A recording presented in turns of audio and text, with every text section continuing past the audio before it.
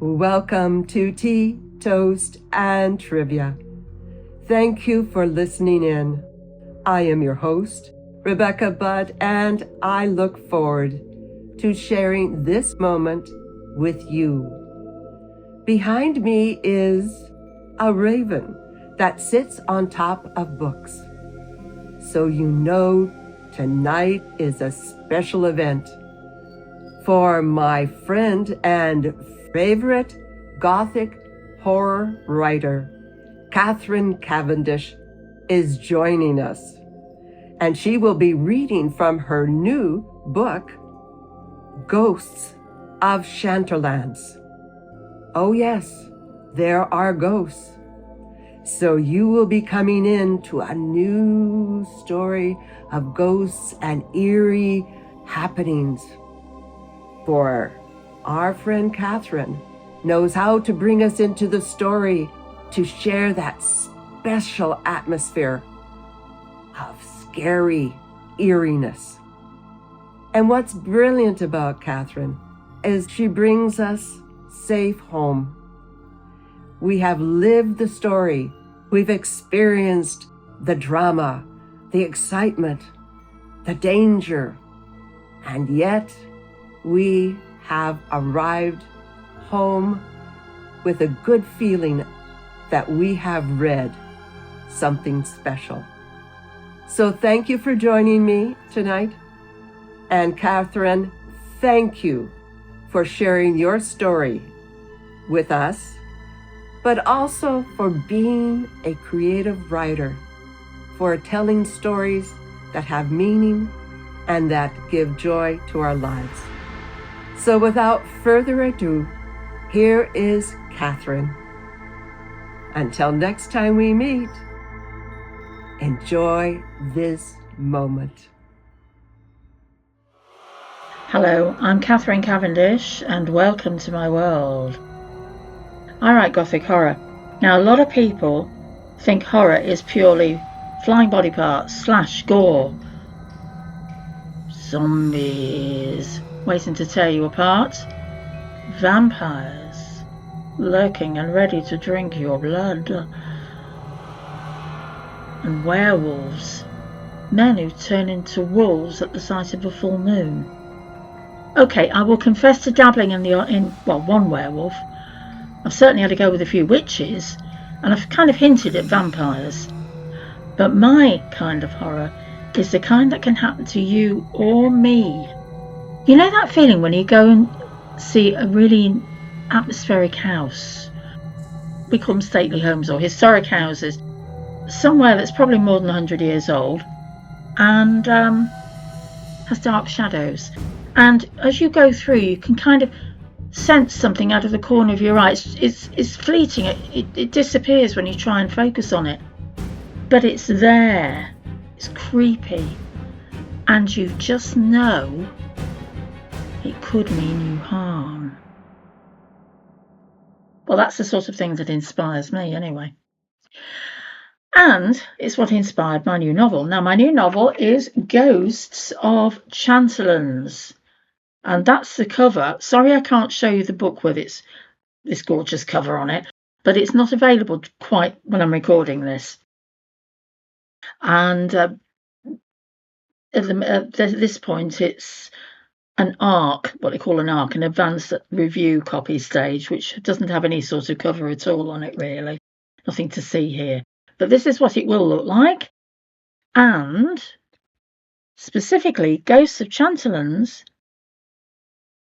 was inspired by a visit to a lovely house called Lytham Hall.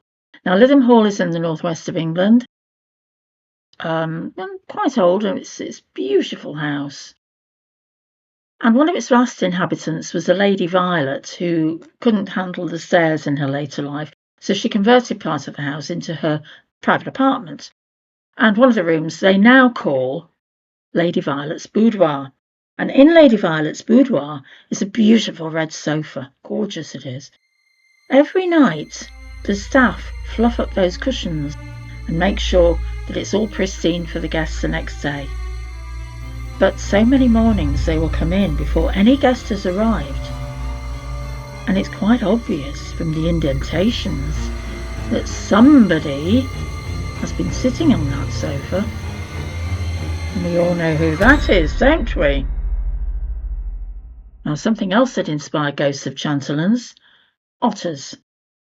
At Martinmere Wetlands Centre, not far from here, my husband and I have spent a few rainy afternoons watching the antics of a pair of otters there, and they're so funny. Beautiful creatures, and they seem to love an audience. Well, these two do anyway. They play to the gallery. They play with each other and they groom each other and they perform all sorts of antics and acrobatics. And I was definitely inspired to do something with these two otters.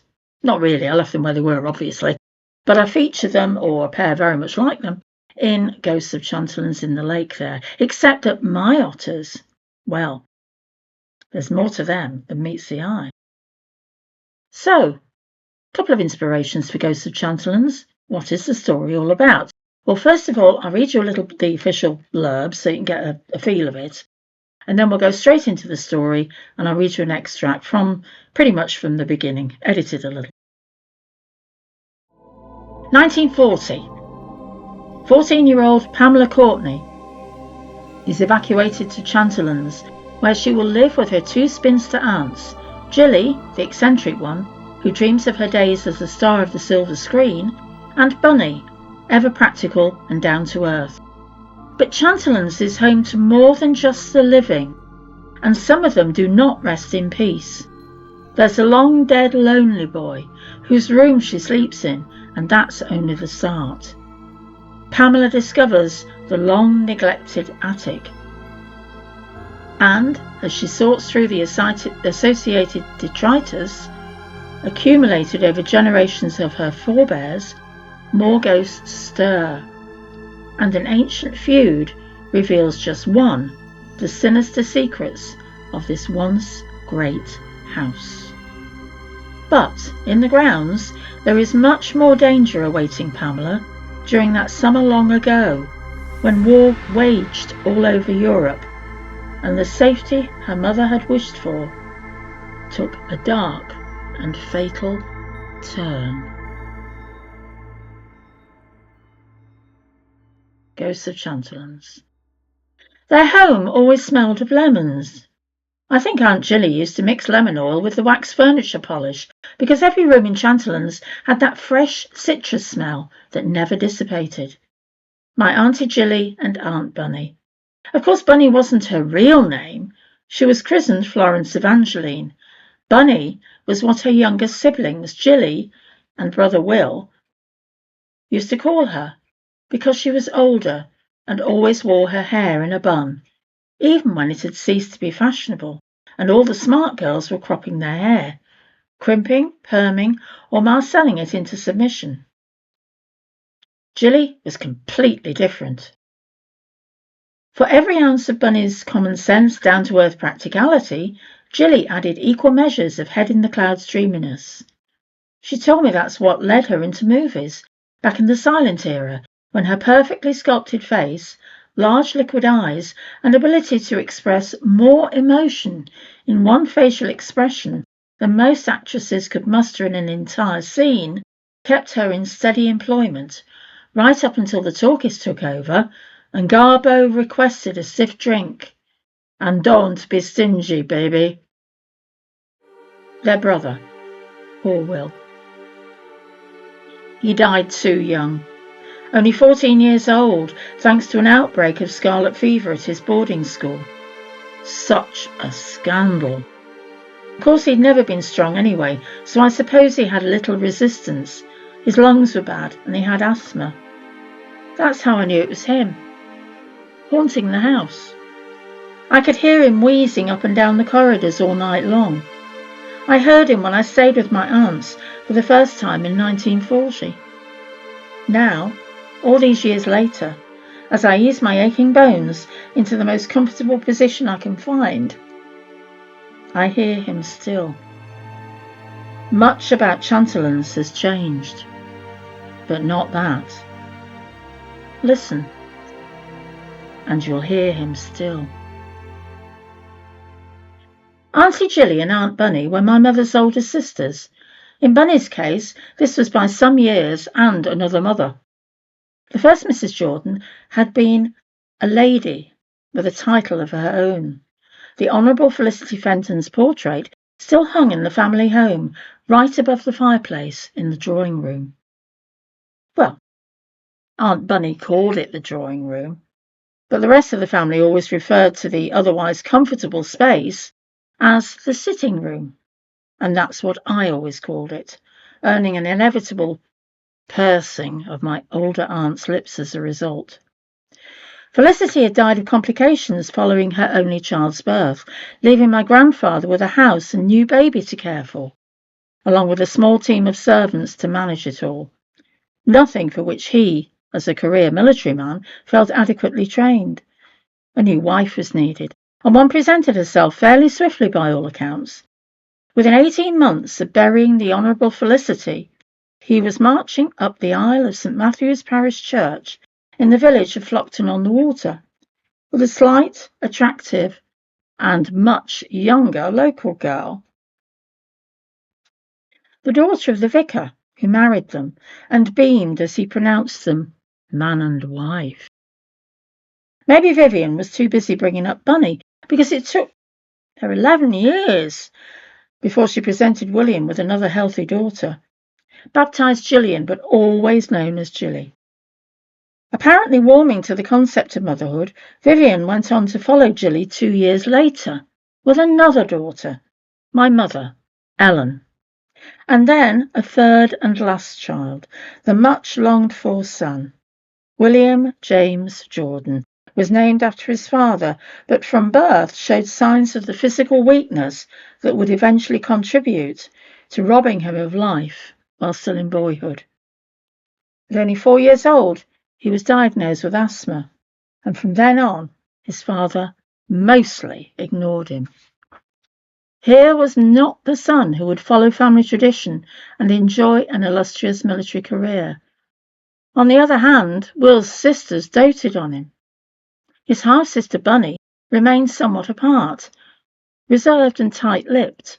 At least that's what my mother told me when she regaled me with the family history, which I found quite fascinating. The children all ended up at boarding school except Bunny, who stayed at home as her father's dutiful daughter, albeit to look after her stepmother. Vivian was a martyr to her nerves, apparently. She certainly spent most of her time in her room, arranged on the chaise longue, a bottle of laudanum within easy reach. With her father away most of the time, engaged in military duties of one sort or another, it fell to Bunny to run the household, which she did with quiet, determined efficiency.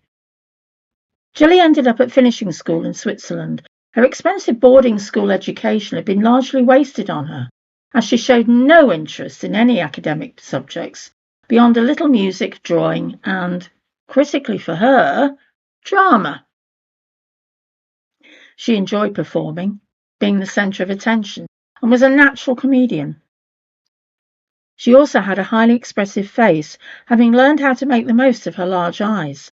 When she became best friends with an American girl whose father had already made a fortune through silent films, it was inevitable that her next step would be the bright lights of the newly emerging Hollywood studios. Auntie Gilly told me that once finishing school ended, and with suitable training in deportment and exquisite manners, she went off in the company of her new friend to sunny California, complete with her father's blessing. Auntie Gilly said he was relieved she had found something to do. But Bunny disapproved. As for Vivian, if she had any opinion on the matter, it seems to have gone unheeded and even forgotten. In Hollywood, Ultimate Studios put Auntie Gilly under contract, although quite what happened to the best friend whose name I never learned, I don't know. The first thing they did was bob her hair, Colleen Moore style. Her naturally dark tresses were now glistening black, and her already slender body was further honed by a strict diet. Next came her name. Gilly Jordan was hardly suitable for a movie star, so the far more exotic Lyra Vargas was born. The fact that this Eastern European-sounding name bore little resemblance to the star's backstory of being British and related to the royal family didn't seem to occur to them, although maybe as Queen Victoria was known as the grandmother of Europe, that was how they justified it. For 4 years, from the mid-1920s until the end of the decade, Auntie Jilly was evidently right up there with the greats of the era. Clara Bow, Mary Pickford, Louise Brooks, even Garbo, all shared the red carpet with her, and her bee-stung lips and sultry eyes were much emulated. She was seen in all the right places, on the arms of all the most eligible men, but never twice. Auntie Jilly said that would have provoked gossip, or maybe even scandal, and such was not allowed. Joshua Leminski, Ultimate Studios' Quaker boss, was unswerving in his attitude to his actors. Pure as the driven snow they must be when he signed them, and pure as the driven snow they must remain, for the duration. But then along came the talkies. Jilly didn't worry at first. After all, she had a clear as crystal clipped British accent, speaking the King's English rather better than the King himself. The problem was her voice was one thing, but her exotic looks were an entirely different matter. They didn't match and didn't click with audiences once the mystique of the silent screen was removed. In the space of 18 months, Jilly went from a salary in the thousands per week down to 0. She also found out who her real friends were. No one. By 1931, she was back home, dreaming of what might have been if only she hadn't been finished quite so completely. I tried to put on various regional accents, she told me, but they sounded false. In the end, there simply were no parts for an actress who sounded like a duchess and looked like a vamp. Oh, Hollywood is a cruel place, Pamela. Don't ever go there. I never have. Aunt Bunny was a total contrast. The reliable, dependable, stable one. The one who as a child I found starchy and distant. Where Auntie Jilly was fun and eccentric, Bunny's superior air meant I constantly felt inadequate, as if I'd let her down in some unfathomable and unforgivable way. Not that she was fierce, well, not most of the time anyway, but her silences, her way of looking at you as if you had just perpetrated the most outrageous social gaffe imaginable when all you'd done was take a sip of tea. These were the moments I dreaded. But all that was ahead of me as I stepped nervously over the threshold. You're going to love it here, she said, grinning broadly and showing impossibly even white teeth, which I learned later were dentures. A slight trace of her crimson lipstick had managed to smear itself across her 2 front teeth, and I wondered if I should mention it, but with my mother's words ringing in my ears, I thought better of it and closed my partially open mouth. Aunt Bunny was already in the hall as I crossed over from the outside world into a lemon-scented old house with original oak timbers. We're going to have such fun together, Pamela. Such fun. Aren't we, Bunny? Aunt Bunny's lips tautened. Don't baby the girl, Jilly. She's 14, not 4. Jilly frowned and peered into my face. Oh, don't mind Bunny, Pamela. She's just an old crosspatch. She's forgotten how to have fun, but we'll remind her, won't we? Auntie Jilly clapped her hands. Come along then, I'll show you your room. It used to be Will's. It was a special place for him. With one last glance at the disapproving Bunny, I followed Jilly's elaborate flowing chiffon skirts up the steep stairs. At the top of the stairs, we turned sharp left, to be faced with a closed, dark oak wooden door, which Auntie Jilly now struggled with. Oh, it's been shut up for such a while, she said by way of explanation. I'm afraid the hinges need a little oiling. I'll get Hodges onto it in the morning. He and his wife have left for the day now, gone home to their little cottage in the village. Oh, such an obliging couple. A backward kick from her once stylish, now hopelessly old-fashioned flapper girl's shoe did the trick, and the door wheezed open. The rush of stale air momentarily winded me. Oh dear, Aunt Jilly coughed. I'm sure I asked Mrs. Hodges to air this room. Oh, maybe I forgot. Oh, well, no matter. It's too late now anyway. You're here, and we must make the best of it. Come on in and get to know your new room. I hesitated. I had to struggle to put one foot in front of the other, as if something were trying to prevent me from entering. The temperature plummeted. Out here on the landing, all was clean and fresh and pleasantly scented. Once inside that room, the clammy coldness chilled my blood. The smell of a room long shuttered hung in the air, heavy, hostile. Auntie Jilly made straight for the windows and threw them open wide. The resulting rush of fresh early summer air filled my lungs, but did nothing to dissipate the foul taste that had infiltrated my mouth and clung to my tongue. Before I could stop myself, I heard the words pour out of my mouth. Do I have to stay in this room? Auntie Jilly blinked. Why, yes, of course.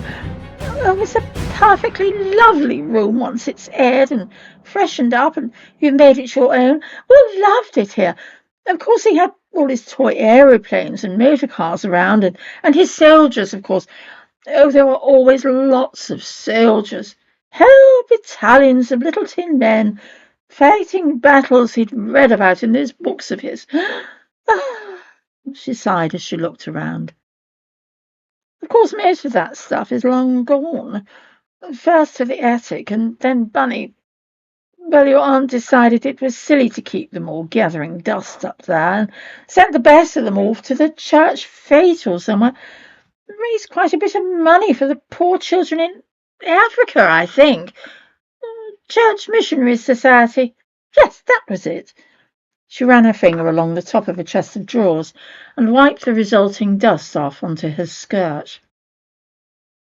She turned her attention to the single bed consisting of a mattress with a slight sag in the middle. Oh, dear. I think we'd better get you a new one of those. Can you manage until then?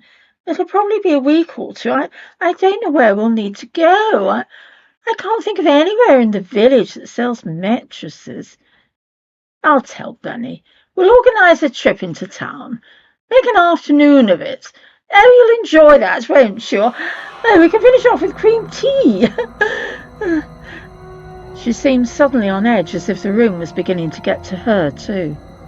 I remembered I promised my mother that I would be polite at all times and say thank you, even if I didn't really mean it. These two were doing their best, I told myself. It was a lot to ask of them. I knew Auntie Jilly was born in 1903, 2 years before my mother, but Queen Victoria was on the throne when Aunt Bunny arrived in the world in 1890 or thereabouts. Somehow, though, Auntie Jilly seemed far more than 13 years younger than her half-sister, and younger even than my mother. Aunt Bunny, with her tight bun resting on the nape of her neck, her lack of makeup, and her sensible skirt that ended more than halfway down her calves, could have been born at any time in the last quarter of the previous century. Auntie Jilly brought me out of my reverie with some practicalities which, unaccustomed as she seemed to be dealing with domestic issues, caused her some consternation. Oh, dear. I must find sheets, pillows, blankets, that sort of thing. Oh, no. Where are they kept? Oh, yes. The landing. That cupboard. Really, it is too bad, you know. I'm sure I told Mrs. Hodges you were arriving today. Or did I just think I told her? Maybe I dreamed it. Oh, well. She shook her head and flounced out of the room, leaving me standing awkwardly, gazing around and wishing I didn't feel so out of place. as if I was intruding on someone's personal space. I had to control myself. I had to swallow my apprehension and take a few moments to look around. It was a pleasant enough room. Now all the windows were open, although the breeze was chilly and raised the hairs on my arms. At least that awful stale smell had dissipated a little. I went over to the bed and sat down, wishing the springs didn't creak so badly. Or maybe it was just the old mattress. I bounced up and down. The springs protested harder. No, it was the bed. Could my aunts be persuaded to part with more money and go the whole hog? Auntie Jilly chose that moment to return, laden with bedclothes, just as the springs issued an extra loud protest. Oh dear. Her voice was muffled against the pillow directly in front of it. I think we'd better invest in a whole new bed for you, hadn't we? Yes, that's the best thing to do. She dumped the pile she was carrying onto the mattress beside me, where it promptly collapsed in an untidy heap over the bed, me, and onto the floor. I stared at it all, and Auntie Jilly began to laugh, her giggle like a young girl's and highly infectious. Before long we were both at it, clutching each other to try and stem the peals of laughter. Good gracious! Whatever's the reason for all this? The sight of Aunt Bunny made us worse, with her hands clasped together tightly and her disapproving lips as she stared out at us from the doorway. Oh, Bunny, don't be an old fuddy-duddy, Auntie Jilly managed at last. Poor Pamela can't possibly sleep on this ancient bed. The mattress sinks so badly she'll need a climbing rope to get up in the morning. Look at it. Look at the poor child. Coming under close scrutiny from Aunt Bunny's cold gaze was an uncomfortable experience, and one I shrank from. She said nothing for a moment, as if gathering her thoughts. Very well. We shall purchase a replacement bed and mattress. Hartnell and Bush will be the best place. I will telephone them in the morning and ask them to deliver. She turned and left us to it. Aunt Jilly and I began disentangling the clean bedding. She held out a sheet in front of her. I hate making up beds, don't you? She asked. Finally, we laid the counterpane over the untidily made bed, and Auntie Jilly stepped back to appraise our handiwork. What do you think, Pamela? Can you sleep in that? I positioned my thumb and forefinger so that I was stroking my chin, as I had seen my father do on occasions when he needed to think hard about something. I said. I think so. Thank you, Auntie Jilly.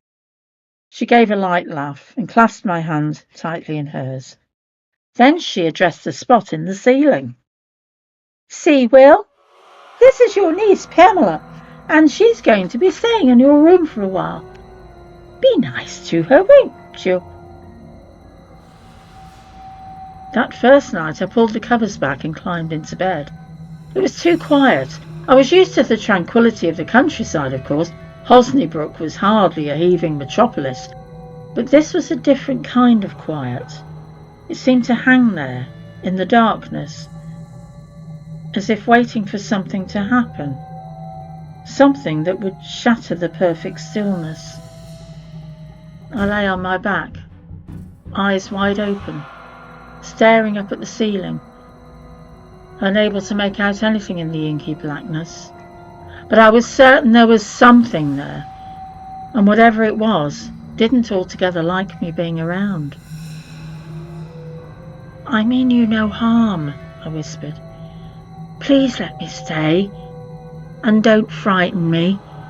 I have to stay here, you see, but one day I will go home again and leave you in peace. I promise. I turned over, closing my eyes as I did so. The room seemed to fold itself around me, like some sort of ethereal cloak. I shuffled far down beneath the sheet and blanket, tucking them over my head before curling myself into a ball. But despite all my best efforts, I know what I heard. I couldn't have mistaken it. A male voice. You don't belong. The room breathed.